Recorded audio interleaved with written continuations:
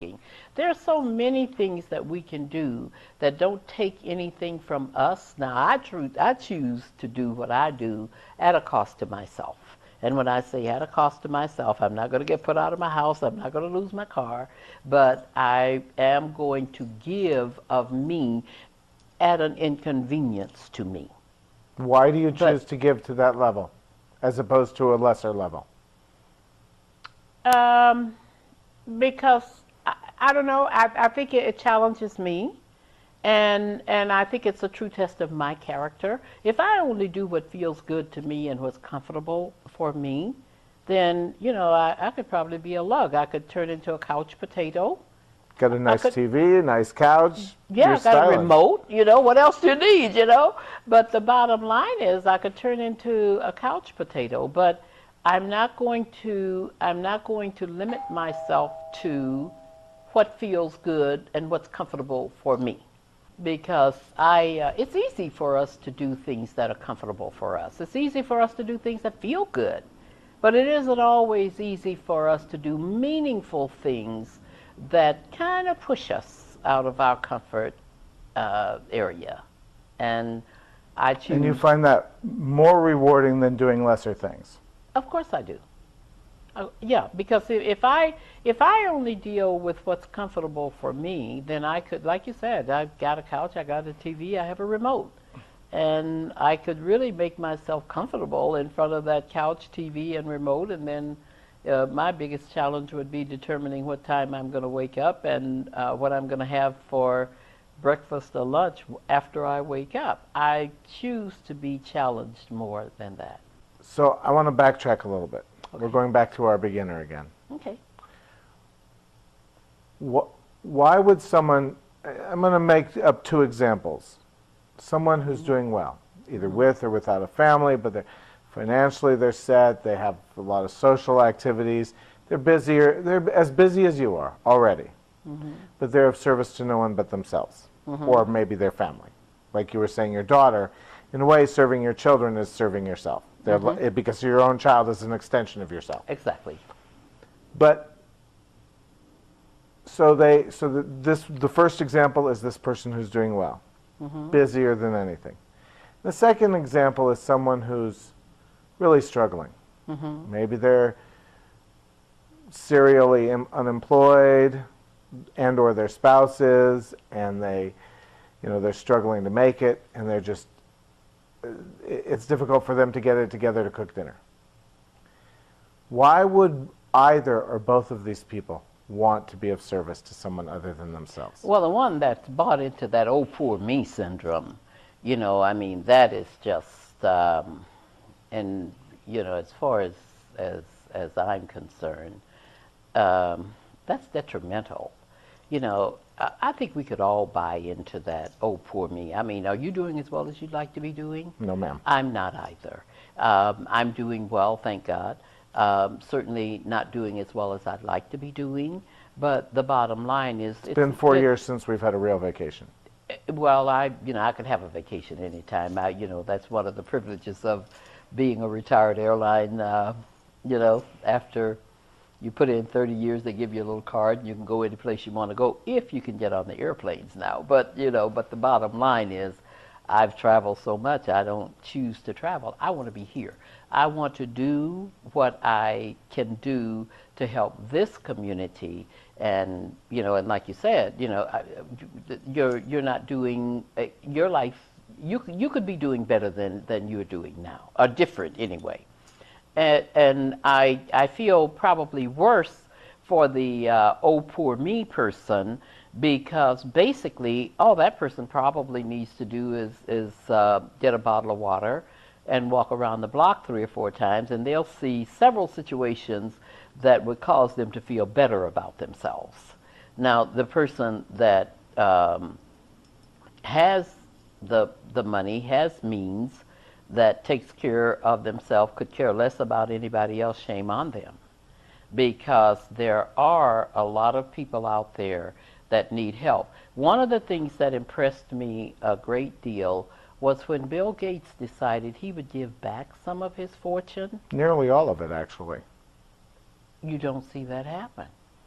I mean, fortunately for him, something tapped him on the shoulder and say, "You're doing better than you need to be doing.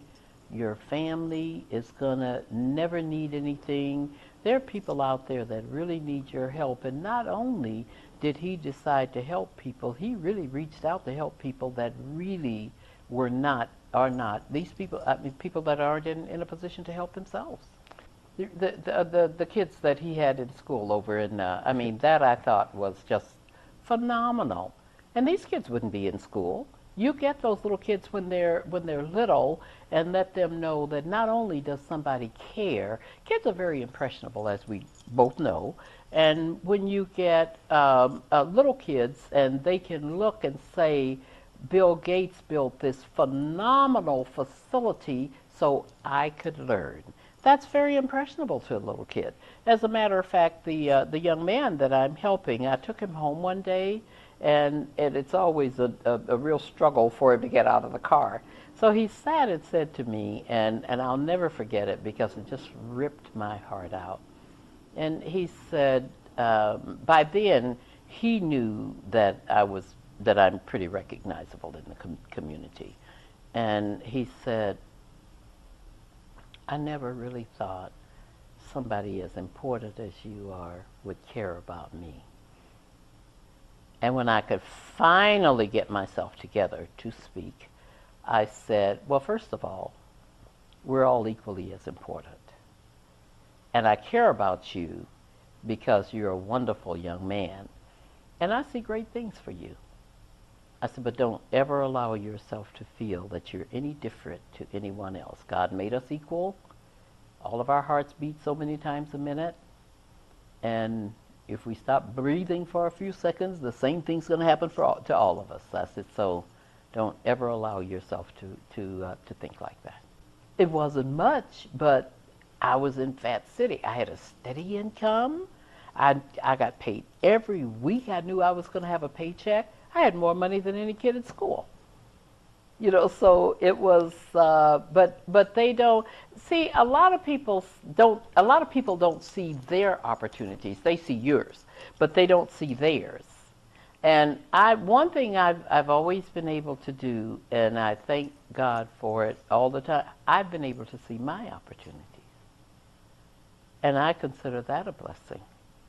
Because a lot of people... I can see why it is. It's hard for me to see I see my own more clearly, Yeah. I think, than many people. Yeah. But perhaps even a higher clarity of vision would benefit me. Yeah, yeah, but a lot of people really don't. I mean, if you ask me, Hannah, are you blessed? And then I'd never stop talking because I know I am.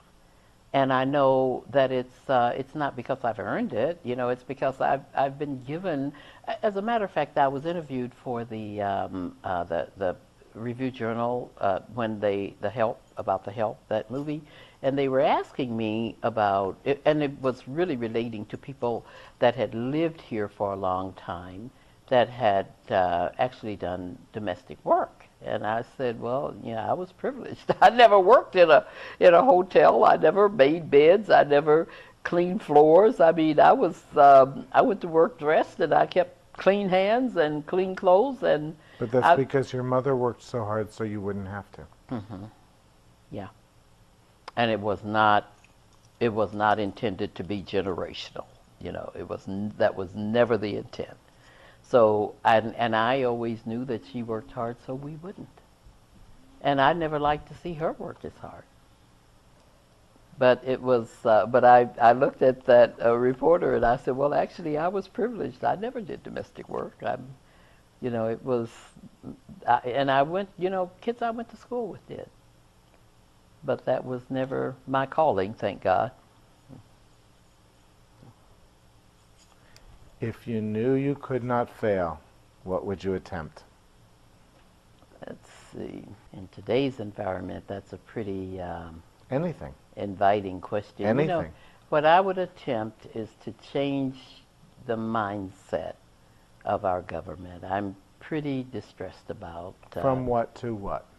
I'd remove a lot of the hatred that we're seeing. And it isn't necessarily all black-white hatred. It's all hatred about the haves and have-nots. It's class warfare. Just class warfare. That's perfect. It is class warfare. I would change that. Because I do feel, when you hear me say that all people were created equal, I truly believe that. And I think all people should have an opportunity to be a thriving, comfortable, healthy person.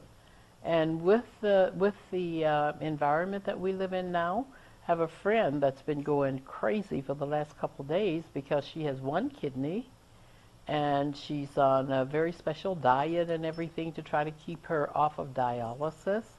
And one of her medications is almost $80 a month, and she's going nuts because she, retired, and she's on 6 other medications. If you got a bad kidney, I guess you take a lot of stuff, and I feel very bad for her. And it really has nothing to do with her as a person or her ability, her initiatives, whatever. She's 68 or 69 years old. She's worked all of her dadgum life, raised 4 kids. Should she have to worry about her kidney? Or should she have to worry about dialysis? Should that be, is the stress helping the situation that she's in? But we don't need health care? I happen to feel that everybody is entitled to good health care. Is there anything I've neglected to ask you that you think bears sharing with the audience right now? The only thing I think is always important to me, and hopefully always will be important to me, is I am always grateful for the fact that I had opportunities that were available to me, and I was willing to make the necessary sacrifices to develop those opportunities to the best of my ability. I'm about to offer you a big opportunity. Okay. Almost assuredly the biggest one today, perhaps the biggest one of your life. Okay. We'll see what you think. Okay. On the other side of this camera Mm-hmm. is the entirety of humanity, all 6.7 billion of us. Okay. Let's hope they all actually watch. Okay. What would you say to us? Which is probably, what I'm going to say is probably almost too simplistic. I think we need to be more caring, concerned about each other.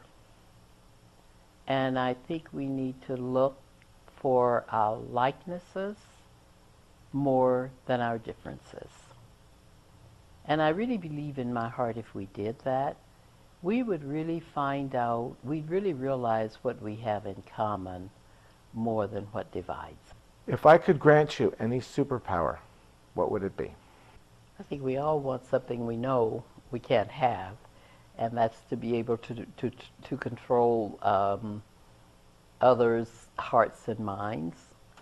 And because basically, in a way, I'm pie in the sky. I always believe things can be better, and I always believe that there's good in really almost everybody.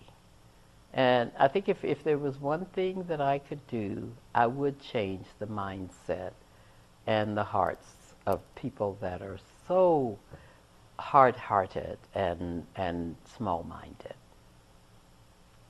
Thank you. Thank you so much, Hannah. I don't know if you realize what an inspirational person you are and how grateful I am for you to have taken your time with me. Well, thank you. I think I don't, because we look at each other, we look at ourselves differently, and I keep my foot in my back. I never think I measure, you never think you really measure up to where you want to be. I just try to be the very best person I can, and I want to know that I live my life not intentionally harming anybody.